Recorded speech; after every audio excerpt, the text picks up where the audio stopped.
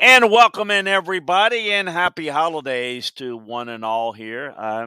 Welcome to the Landry Football Podcast. I am Chris Landry, a weekly look at football from a unique scouting and coaching perspective. We're going to get into a few things today. We want to thank our great sponsors, Truebill and My Pillow.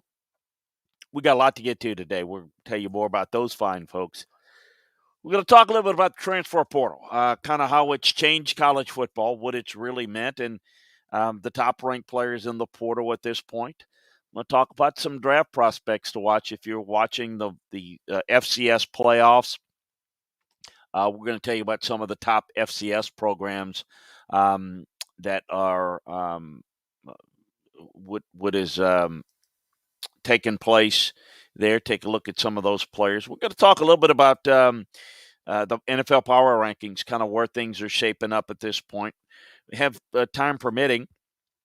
We're going to get into understanding a little bit about the cover two defense, the principles with running that defense.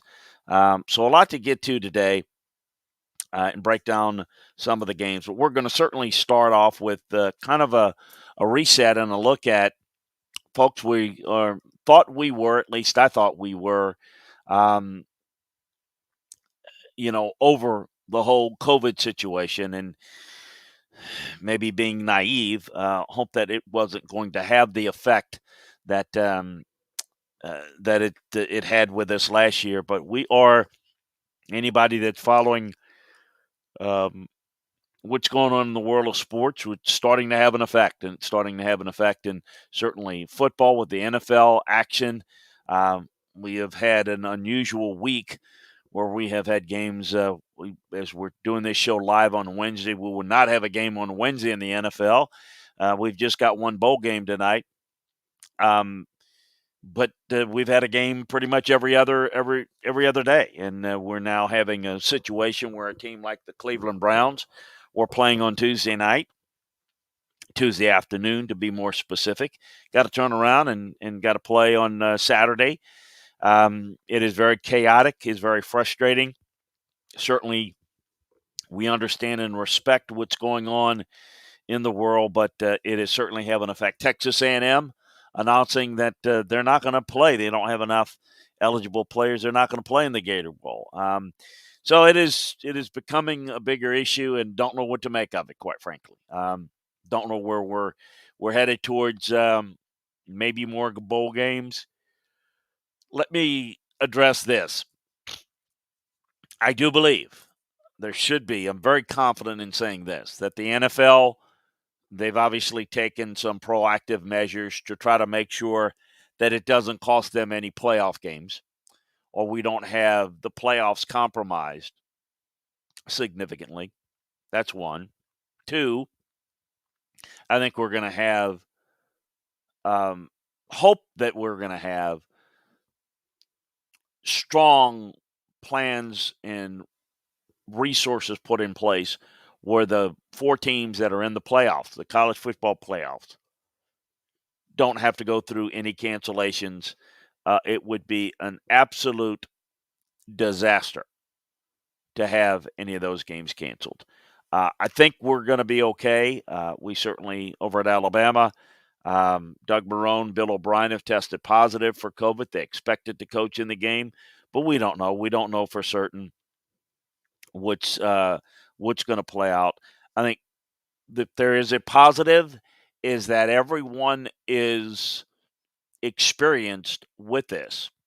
They understand how to deal with it, the Zoom meetings, the social distancing, all the things that have been in place for all of last year continue to be in place. So you just have a fallback measure there. Um, so wanted to get into that. I wanted to talk about a little bit of the transfer portal, as a lot of people are talking a great deal about how the transfer portal has created a lot of changes. And if you look at the programs that have had some success, Michigan State, Arkansas, I think Utah State recently played in the bowl game. a lot of people now are using the transfer portal in college very much like um, college free agency. And that's exactly what it is. And we have to look at it. You've heard me go on and on about how the calendar is not real good in college football, but the importance of being able to take the transfer portal and the use of it as college free agency and make that um, a viable way that you build a team or at least augment your team. It is changing quite a bit. And I want to take a little bit of a look at the transfer portal, some of the better players in the portal, and how people are using it to their benefit. Probably the top one was Quinn Ewers, the quarterback um, that is left Ohio State's gone to Texas. Eli Ricks, an elite corner from LSU that's gone to Alabama. Jahmyr Gibbs yesterday announced outstanding running backs at Georgia Tech is also going to Alabama. Now, Zach Evans leaving TCU, new coaching change there. Where's he going to go? We shall see. Hasn't decided yet. King Galicio Mata, an offensive tackle from Oregon, headed to BYU. Dylan Gabriel, fine young quarterback at Central Florida, going to UCLA.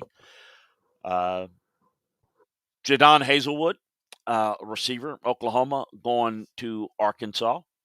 Jared Verse, edge rusher, I think one of the best edge rushers that is out there. We're going to see where he may end up. Miles Frazier from FIU going to LSU, an offensive tackle that I think can help them quite a bit. Spencer Rattler, as you know by now, is headed to South Carolina. He from Oklahoma. Max Johnson leaving LSU to go to Texas A&M.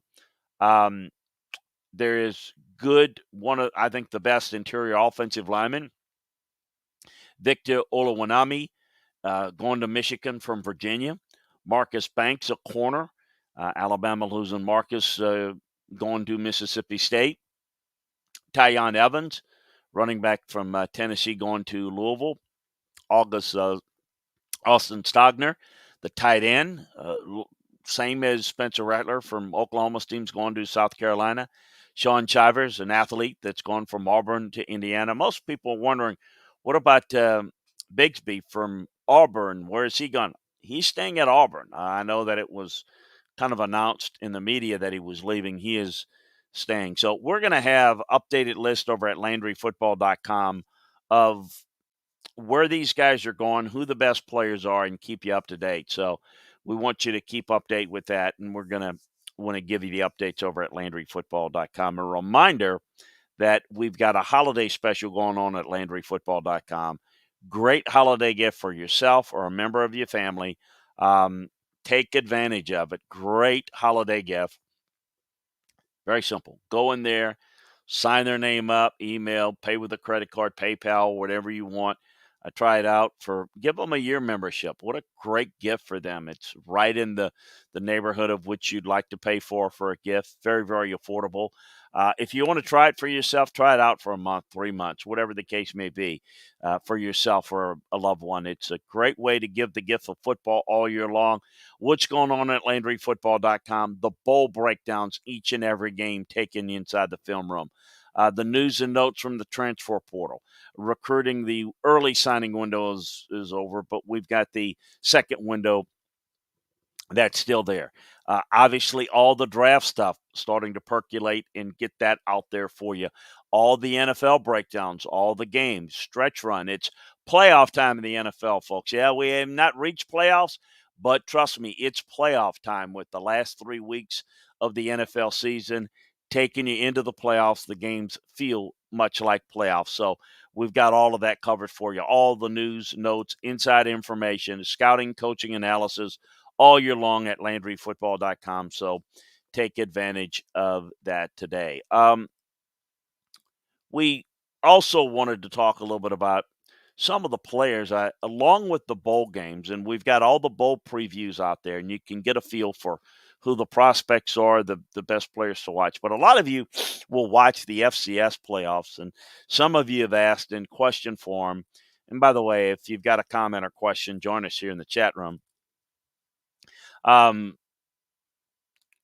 you know, what are the small college players that are guys that you should watch?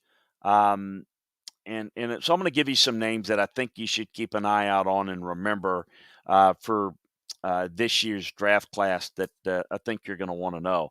Troy Anderson, the senior linebacker from Montana State, is really versatile. He's a former dual threat quarterback. He's played a lot on the defensive side. Uh, he's a standout backer. He's played multiple positions. Very, very productive player. The quarterback from Eastern Washington, Eric Berry, is really mobile. He's a good dual threat guy. I think he's very bright. I think he gets the ball out on time. I thought he did a really good job, and I think he's someone that you need to keep an eye out on. Nicholls State University in Thibodaux, Louisiana. He's got a really good young running back that will tell you about going forward as a freshman. But Dejon Dixon, the receiver there, has got really good size, and he's coming off a very productive season. He caught 71 balls, 8 touchdowns, and he's really one of the best receivers in the FCS. 4,000 career receiving yards, just really, really outstanding. Jacoby Durant, the corner from South Carolina State, is another guy to keep an eye out for. You probably saw him against Dion's team on Saturday. In the Celebration Bowl. He is really athletic. It's really good year for him, and he's been very, very productive. So you got some good players that come out of the FCS. If you think about it, Cooper Kupp, who's really lightening up for the Rams out of Eastern Washington, has done a really good job. David Johnson had some success coming out of Northern Iowa. Trey Lance, a very high pick there on um, for the Niners. James Robinson, the running back at Illinois State, had really good career. Darius Leonard, the linebacker from South Carolina State, the aforementioned South Carolina State, outstanding. Some other guys to keep an eye out on coming up into the future. And I know we'll get into this more towards the next year, but keep an eye out, young guys, for next year. So quarterback at Northern Arizona by the name of R.J. Martinez, a freshman, really athletic guy, and I think's got a lot of ability. He played in Texas high school football and broke a lot of Kyler Murray and Johnny Manziel's records. He's the Big Sky Freshman of the Year. Really, really good player. Northern Colorado's got an edge rusher by the name of David Hogue, a sophomore. That's really good. He's got good pass rush speed. Keep an eye out on him. Central Arkansas's got a wide receiver named Tyler Hudson. Really good downfield playmaker. He's really impressive. Houston Baptist has a freshman linebacker by the name of Rodney Dansby. Very, very good. Good tackler. Very athletic player. So those are some guys to keep in mind, and we'll certainly keep you up to date on where those guys are progressing. I tell people all the time, small college level, there's a lot of good players, and there still are at the FCS level, Division II, even Division III. The FCS level is good. It always has been good. Probably to some degree now, it's not as deep as it used to be before integration. I tell a story, and it came to my mind last night as watching the Eagles and the Redskins as one of the two NFL games. One of the things that happened was the Harold Carmichael received his Hall of Fame ring, and I can remember as a relatively young fellow, one of my influences in my coaching career as a youngster was a great uncle of mine who was a very successful high school coach in Louisiana.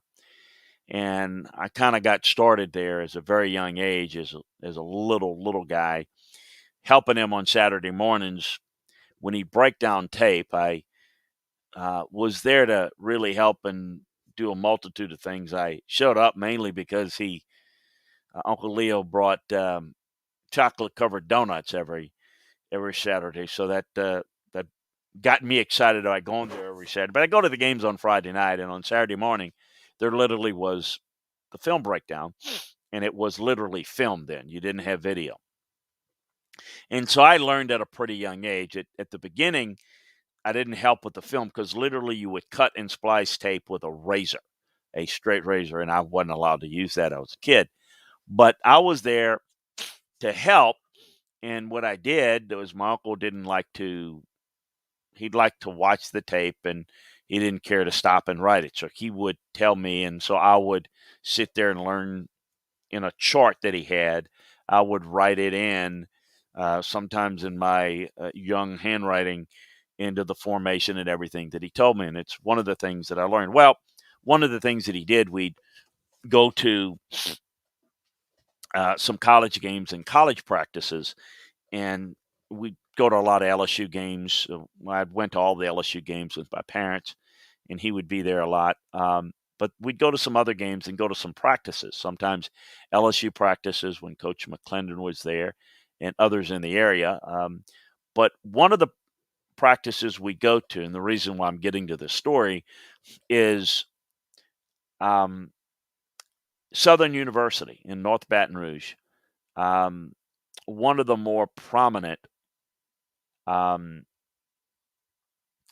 you know, uh, historically black colleges, had a lot of good players over their time. And in this particular time frame, which would have been like 1969, my uncle takes me to a practice, and we're at Southern, and I'm watching this practice on a field that wasn't really good. Wasn't As it got towards the end of the practice, it was late fall, and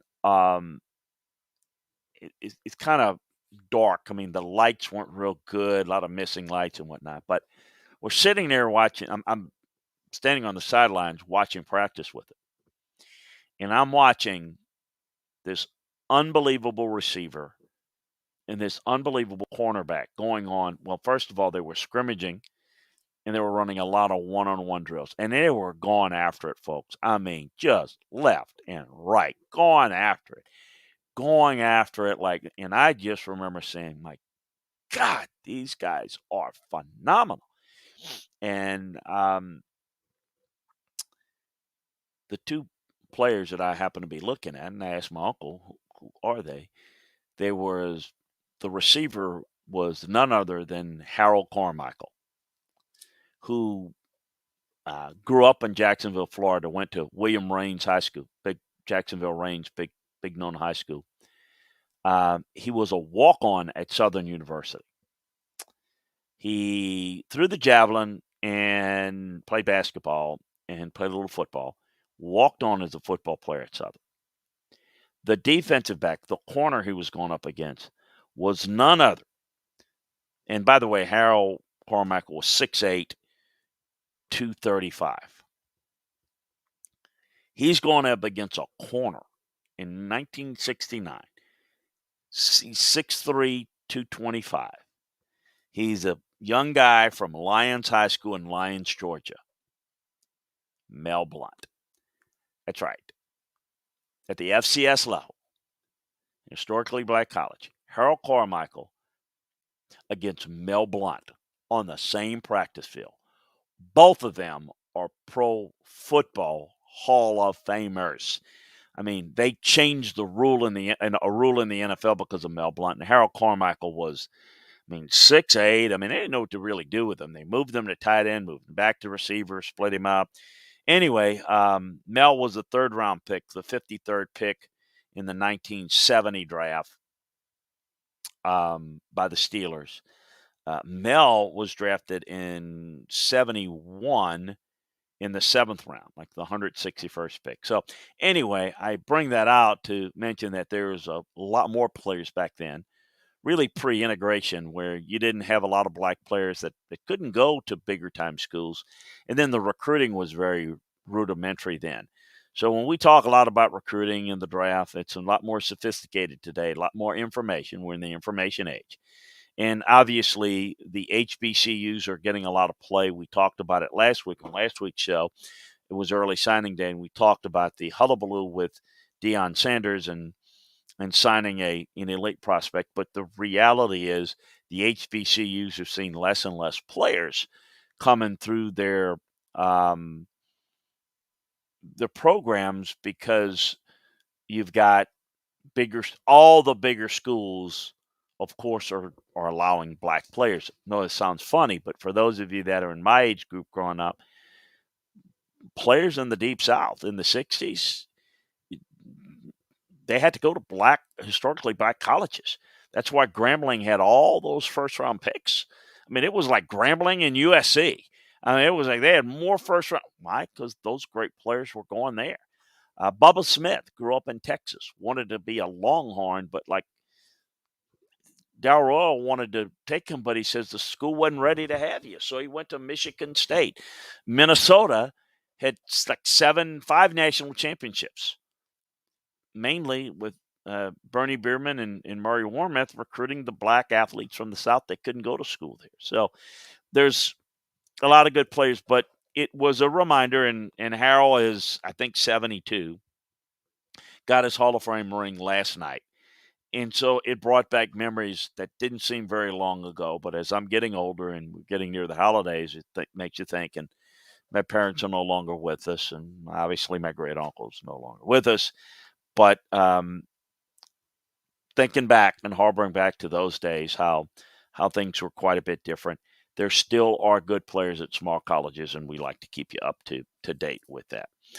Folks, I want to tell you, and we've got some good questions coming up in the chat room we'll certainly get to, but I want to tell you about my good friends at Truebill.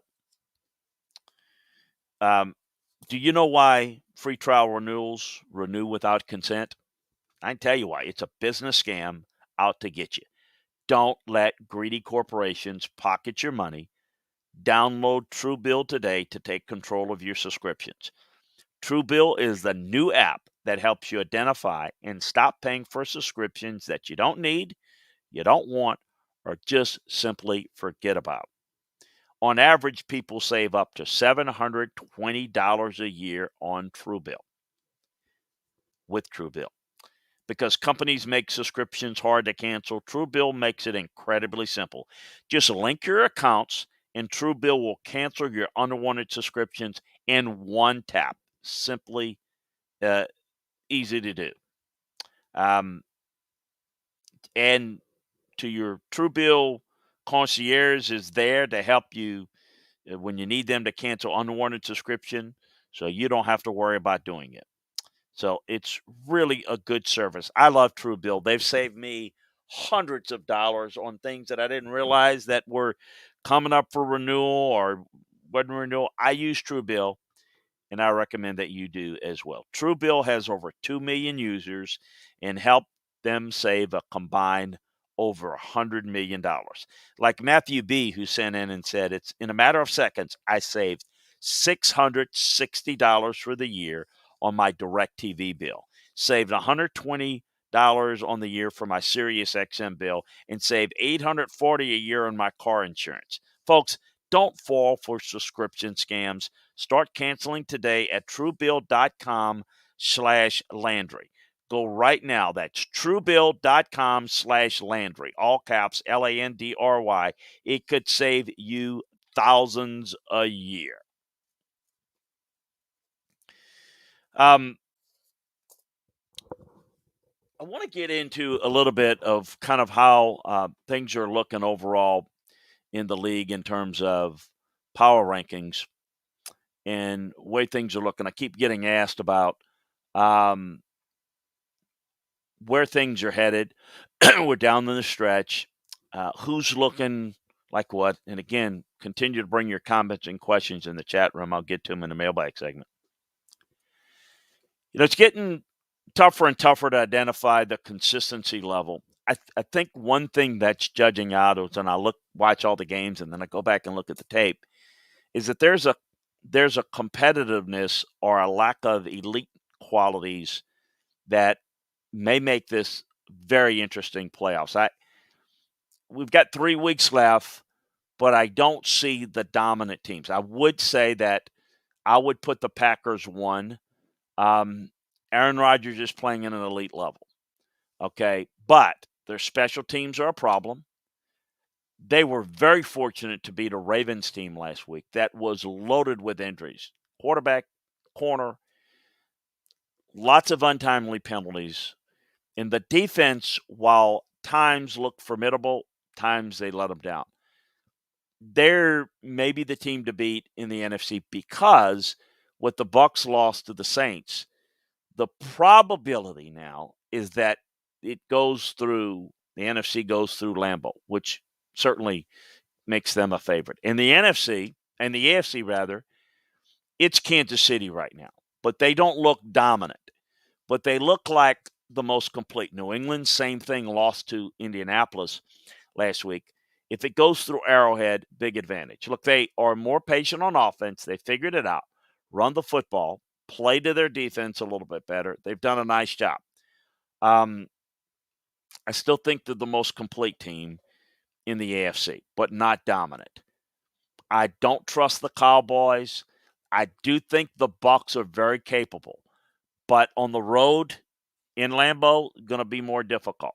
I don't trust the consistency of the Rams, but maybe they figure some things out. We'll see. I think we've seen the Cardinals be really inconsistent. The Patriots are a good regular season team that I think has kind of hit their ceiling. Can't sit here and tell you that I trust the Colts as much as I was impressed with what they did. I just can't really trust them. I don't trust the Bills. I mean, who in the AFC do you trust? I mean, the closest thing would be Kansas City. Yet, if it's not Kansas City, it's going to be somebody that's just maybe getting hot in the playoffs. But right now, I'm not seeing it. I think the Colts and the Niners are two teams to watch that they won't, in my opinion, be threats to go all the way, but they could be the toughest threats to maybe upset somebody in the playoffs. But I think it's going to be, listen, I don't trust the Bengals or the Ravens or the Steelers. The Chargers are a talented team. Do I trust them? No. Do I think they could go on a stretch? Yeah, but do I trust them? No. But that's kind of how I'm seeing it right now. Some of the key matchups, obviously, this week is it is playoff time. Thursday, San Francisco, Tennessee, big game for both of those teams. Cleveland has basically played their way out of it. It's a desperation game. Green Bay can't afford to drop it at home. That's a Christmas afternoon game. Talk about a big game. Indianapolis and the Cardinals on Christmas night.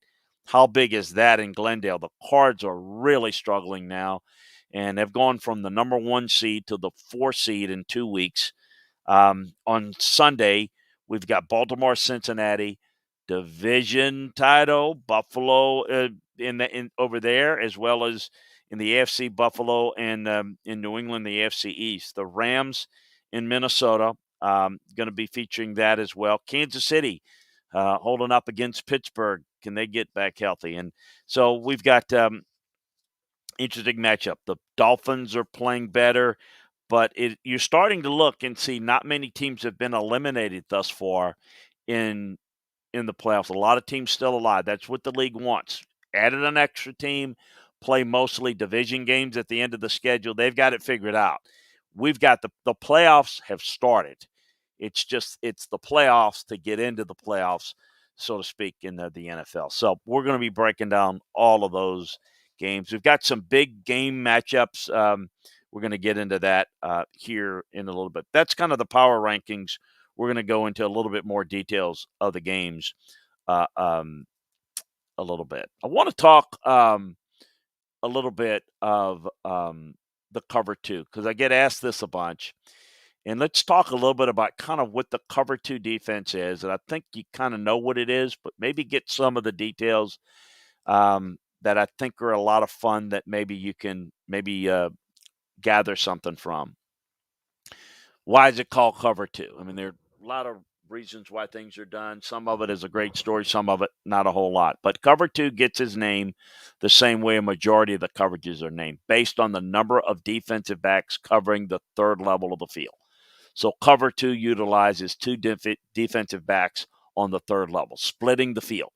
So cover two, split safeties. You hear me talk about that. I kind of grew up calling it split safeties. With each safety, the primary defensive back used on the third level of the coverage responsible for half of the third level. Each safety needs to cover approximately 26 yards or half the distance between each team's sidelines. Cover two is primarily used as a zone coverage, but it has multiple variations. The most common variation is 4 pass rushers, 5 defenders covering the second level, and 2 defenders covering the third level, as I mentioned. Which positions cover which zone in the scheme varies based on the personnel, but can be the great thing about cover two and why it's so commonly played is it can be played in all packages. The 3-4, the 4-3, the dime, the nickel, 6 defensive backs, 5 defensive backs, etc. The coverage is designed to take away the short passing game. The defense is trying to keep everything in front of them in this type of coverage, playing from high to low. Cover two is reliant upon forcing receivers' routes to the middle of the field and watching the quarterback's eyes. The 3 coverage defenders in the middle of the field and the third level safeties follow the quarterback's eyes and cheat to the direction he is looking. Cornerbacks are assigned to funnel receivers inside the numbers where their help is. When this doesn't happen, cover two incorporates elements of man coverage. So you hear a lot of 2 deep man coverage. So you can have, if a team's outside receivers beat the cornerback's outside shoulder and starts running outside the numbers, the cornerbacks will need to follow the receiver to help the safety to their half. So you've got responsibility to funnel them inside. If he beats you outside off the snap, you got to run with them to funnel them down. If the corner fails to follow the receiver, there's going to be a gap left between the safety and the cornerback that is huge. So you've got to be careful. Now, what a Tampa 2 defense is a variant of the cover 2, with the main difference being the depth of the Mike backer. The Mike backer continues to drop a little deeper than his usual depth in the base cover 2, allowing him to bridge that gap between the middle of the second and the third levels of the defense. So the Mike backer needs to be really athletic, really intelligent. Luke Kuechly is one of the best in most recent years of doing that effectively, but you still see a lot of people getting depth with their linebacker in the Tampa 2. So how the players align. In cover 2, the corners are assigned to cover the flat. The middle 3 defenders, the will backer, the nickel, and the Mike and the Sam are assigned. Now the will or the it's either a will, which is the nickel, or a nickel, whether the will or the nickel. So you could have a nickel guy in playing will. You got a Mike and a Sam. They're assigned to cover the hook to the curl, and the 2 deep safeties are assigned to split the third level of the field, which is the deep halves. The corners are aligned on the outside shoulder of the receivers. Why? Because they got to funnel them inside, right? You don't want to get beat to the outside. And they can play either press man or off coverage, but they need to keep their receivers to the inside. The middle 3 defenders can be aligned in their normally assigned gaps, but if there are slot receivers, they can split out wide over the slot on the slot's inside shoulders. The middle 3 defenders must watch the quarterback and try to keep the receivers in front of them. Look for the quick routes. The 2 deep safeties aligned a few yards inside the numbers and are responsible for anything that gets past the corners or the middle 3 defenders. So this year, for example, the Falcons, the Texans, and the Chiefs play the most percentage of cover 2 this year. Houston and Atlanta rank in the bottom 5 in points allowed, but the Chiefs do a really good job with that. So those are some thoughts that we had a question that was brought in, and so I just made it a topic that I thought would be really good to get into today that I think could help you understand a little bit more about the principles in the cover 2.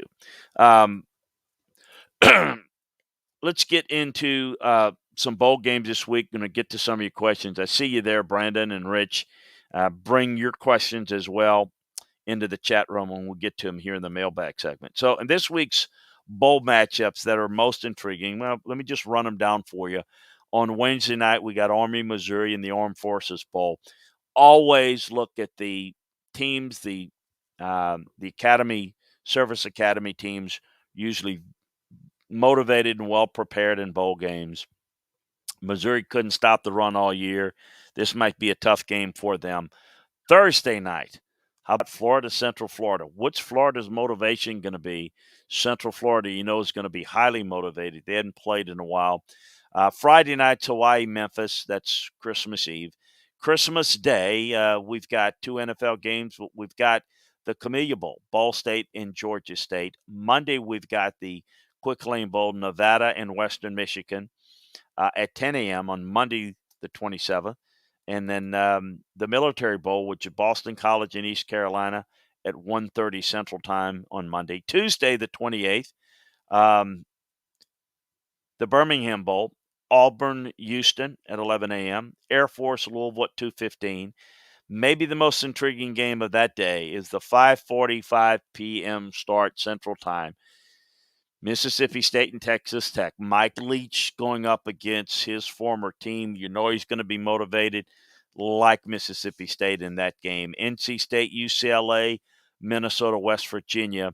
And then Wednesday, when we come back and meet with you, completed will have been the SMU Virginia games, the Maryland Virginia Tech game. Clemson and Iowa State are going to be playing in Oklahoma and Oregon.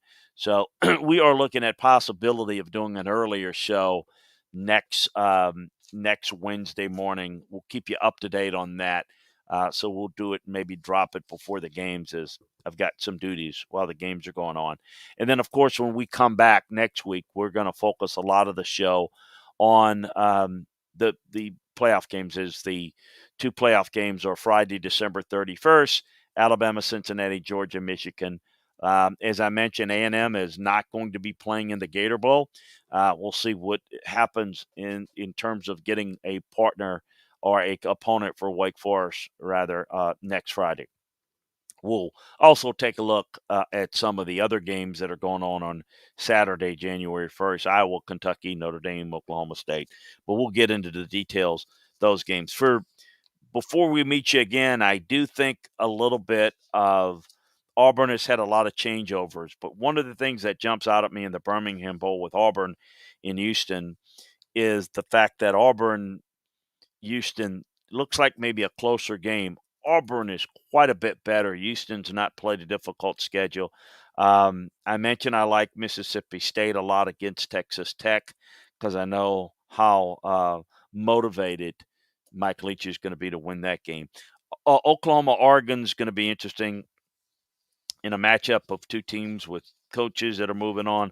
A lot of players are going to be missing in this game. Man, just so many. Oregon's going to be without more players, and I would give them a little bit of an edge there. So that's a look there. Want to tell you about my good friends at My Pillow, and y'all have helped the great Mike Lindell build the My Pillow into an incredible company that it is today, and have trusted in Mike Lindell to give you a great night's sleep. Mike's now changing the game with a 6-piece towel set. It's made from USA cotton. It's extremely absorbent, yet it's still providing the soft feel that you look for in the towel. When I took a look at this, I said, towels, who the hell cares about a towel? Man, I'm a guy. You go take a shower. A towel's a towel. Man, I was really shocked. I mean, I usually get the inexpensive ones and wear them, whatever. I tell you, you don't know what you're missing until you try something that's really this good. So they send me the two of the different sizes, the little washcloths, the two hand ones, and the two big ones. Man, are they phenomenal how they're absorbent. They're great. They've got the pattern that I got. They retail. You go into these really nice stores, they retail. The good ones like this, over $100. You can get this now, $39.99. And all you got to do is go to mypillow.com. Better yet, give them a call, 1-800-659-2338 and enter the promo code Landry, Landry, just like with Truebill, Landry. Great gift, last minute gift, get it in. Who doesn't use towels? Great towel, great gift, great price. Take advantage. Great folks at My Pillow. Before we end up with the mailbag, let's talk a little bit about some of the key games this week and kind of how I'm thinking about them. So Thursday night, we've got the Niners and Tennessee. Niners are playing well. They've won 5 of their last 6. They're 5-1 against the spread. The Titans have had a hard time watching them and turning the football over. The ball security issues are a big problem right now. They've got 4 or more giveaways in 3 of their last 4 games, and it's a major reason why they blew the lead in Pittsburgh last week. So, I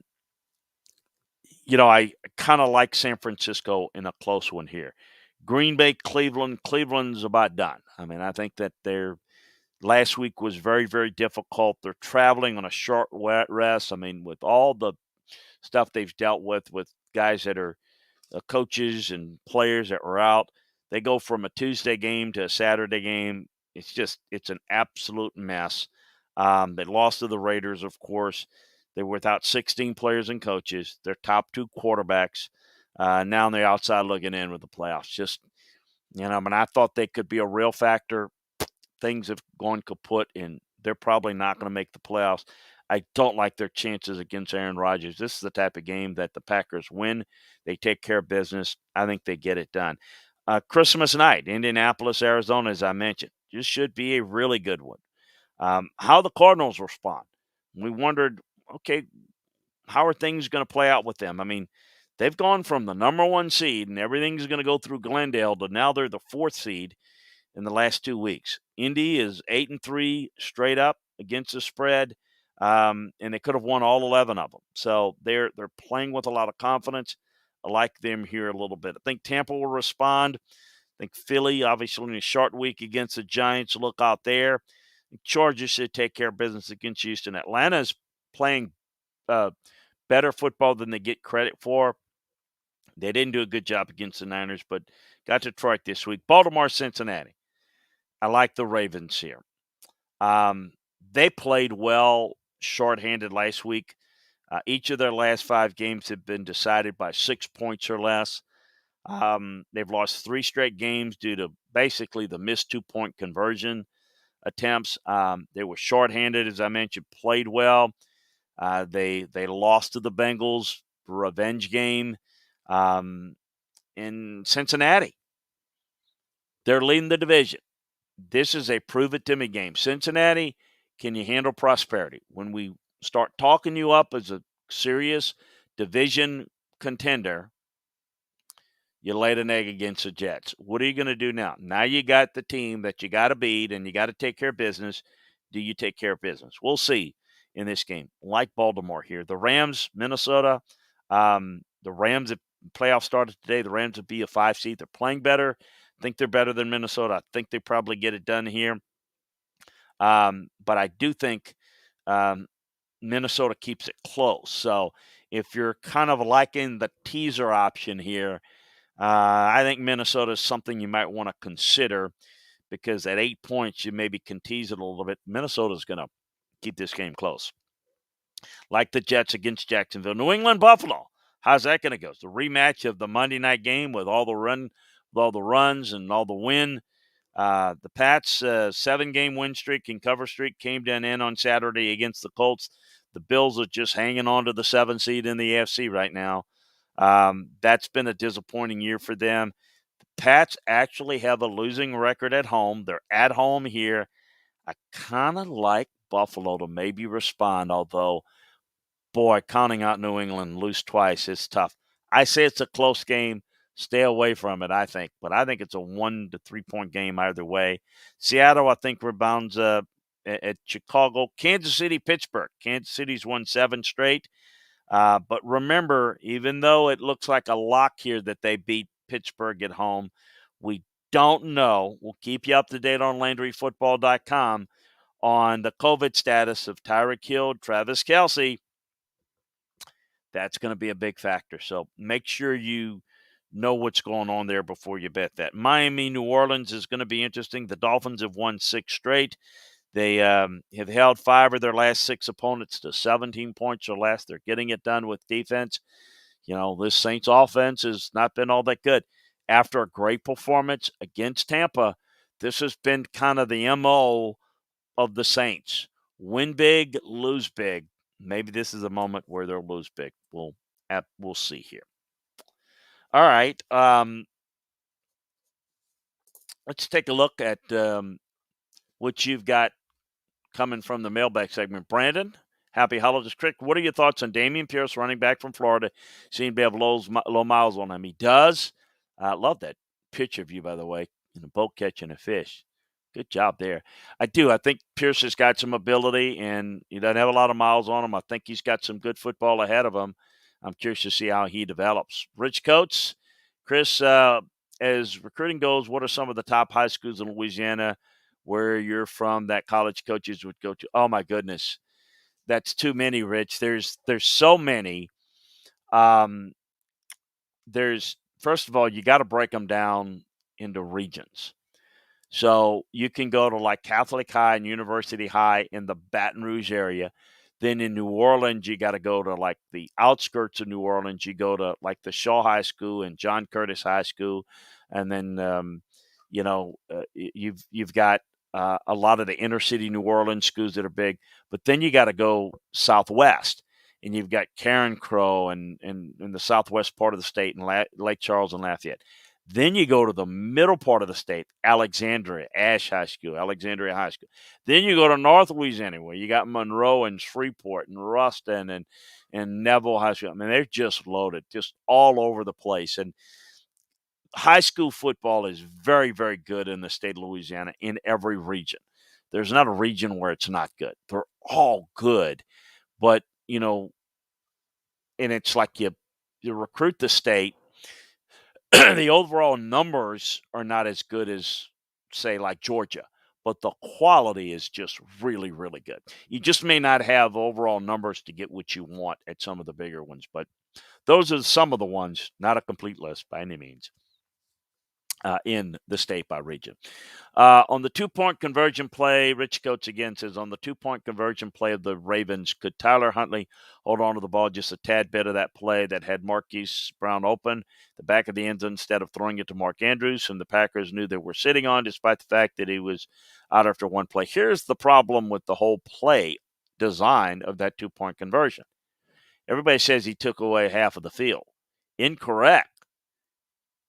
That play took away 2/3 of the field. Yeah, he could have held on to it a little bit, but, there's a run option, which is probably not good. It's difficult to throw back against the grain. It was clearly designed for Mark. I think it's one of the difficulties. I'm a big believer. People do the rollout. For me, the rollout, I think on a rollout, the main read, the first read has to be to run it in from the quarterback position. And you only throw it if they come and bite up and you got a guy that's wide open. I say you run it. I think you got a better chance there, particularly if you've got a mobile, athletic quarterback, and I think you've got maybe some concerns about throwing it tight windows. That's what I would do. Now, the better play to me is to run a drop back, and you have quarterback draw as an option, or you got the whole field to throw it to. It's very difficult. It's very difficult to work it how they did it. So going for it for 2 is one thing, but the play call there was quite another. What was your scouting evaluation of Dante Culpepper coming out of Central Florida? I had a decent grade, but I wasn't as high on him as others. John Abraham out of South Carolina had a very high grade on John Abraham. Mike Pike out of Georgia Tech passed away a couple of weeks ago. You know what? I miss that, Rich. I miss Mike Pike passing away. Man, that's tough. Mike, I had a 5.9 grade on him. I had a had a third-round grade on him, I believe. Sorry to hear about that, but appreciate you, let me know that. I did not hear that. So, yeah, it's time of the year that we've had tough situation. A young athlete in Georgia, a high school kid that was being highly recruited. I'm sure you've read and heard about, went in for shoulder surgery, had complications, and just prayers to the family. A very, very difficult situation to deal with that. And I don't know, it's the time of the year where we get all nostalgic and appreciate the loved ones that you have.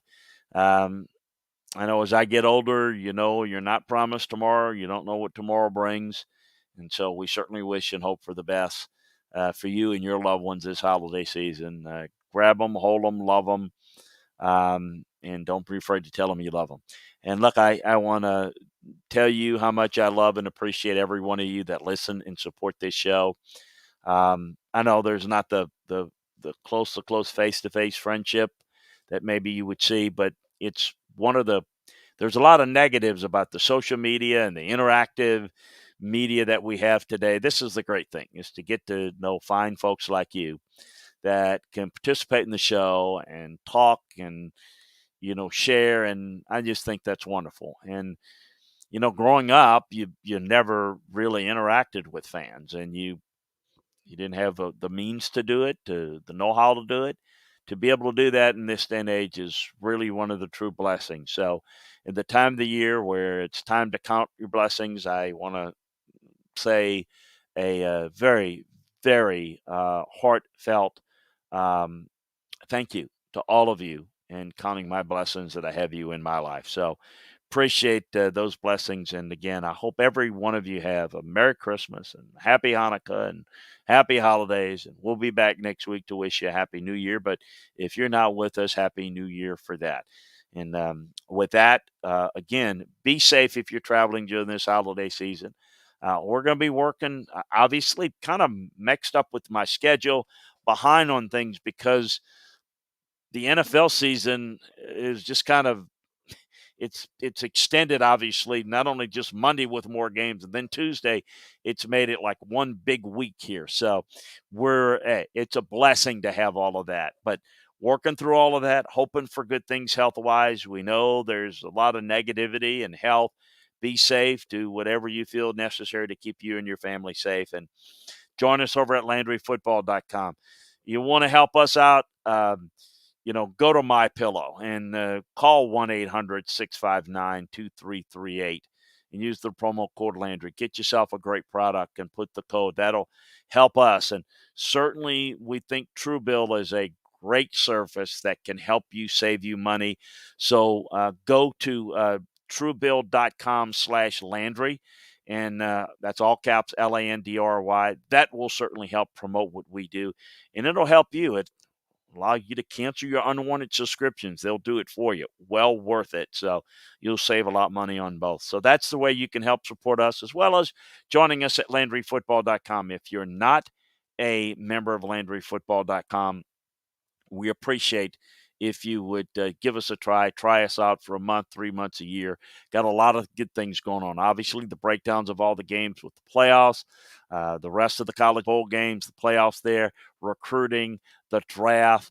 A lot of things we're trying to look to get better with. We're really excited. We're doing this podcast. We'll continue to do this one, and we're looking to grow and get better, to spend even more time to provide you the things that are unique for your enjoyment of the game of football, college, pro, and what have you. We appreciate um, the Zasbeer. I think that's how you pronounce it, for joining us. He just says hello, joining us. But we really appreciate you, sir, joining us, and invite you to join us each and every week at the same time. We certainly would like your feedback. We're probably going to keep it for the time being, doing this show live at 5 p.m. Central on Wednesdays. We consider maybe moving it to a different time, but we'll see how this maybe fits, and we'll adjust accordingly. But we appreciate you, Rich Coach, and Brandon Sanders, and the Zabir for joining us. And those of you that didn't join us in the chat room, but we know you're listening. We see the numbers there. We appreciate all of you. Thank you. God bless you. Merry Christmas. Talk to you next week. on another edition of the Landry Football Podcast. Have a great one, everybody.